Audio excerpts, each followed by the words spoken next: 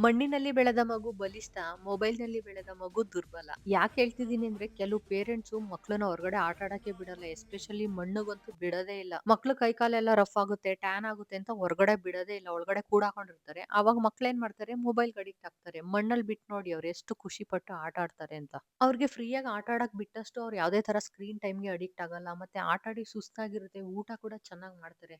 ಕೆಲವ್ರು ಹೇಳ್ತಾರೆ ನಮ್ಮ ಮಕ್ಳು ಊಟ ಮಾಡಲ್ಲ ಅಂತ. ಅವ್ರಿಗೆ ಆಟ ಆಡಕ್ ಬಿಡಿ, ಊಟ ಅವ್ರು ತಾನಾಗೆ ಮಾಡ್ತಾರೆ. ನಮ್ ಪಾಪು ಅಂತೂ ಸಿಕ್ಕಾಬಟ್ಟೆ ಮಣ್ಣಲ್ಲಿ ಆಟ ಆಡಕ್ ಇಷ್ಟಪಡ್ತಾನೆ. ನಾವೇನ್ ರಿಸ್ಟ್ರಿಕ್ಟ್ ಮಾಡಲ್ಲ. ಎಷ್ಟ್ ಆಟ ಆಡ್ತೀಯ ಆಡು, ಆಮೇಲೆ ಬೇಕಾದ್ರೆ ಸ್ನಾನ ಮಾಡ್ಸೋಣ ಅಂತ ಹೇಳ್ಬಿಟ್ಟು ಸುಮ್ನೆ ಆಗ್ತೀವಿ. ನಮ್ ಜನರೇಷನ್ ಅಲ್ಲೆಲ್ಲ ನಾವು ಮಣ್ಣಲ್ಲೇ ಬಿದ್ದು ಒದ್ದಾಡಿ ಬೆಳ್ದಿದೀವಿ. ಸೊ ನಮ್ ಮಕ್ಳು ಕೂಡ ಹಂಗೆ ಬೆಳೀಲಿ ಅನ್ನೋದು ನನ್ನ ಆಸೆ. ನಿಮ್ ಮಕ್ಳಿಗೆ ಮೊಬೈಲಾ ಮಣ್ಣಾ ಅಂತ ನೀವೇ ಡಿಸೈಡ್ ಮಾಡ್ಕೋಬೇಕು ಪೇರೆಂಟ್ಸ್.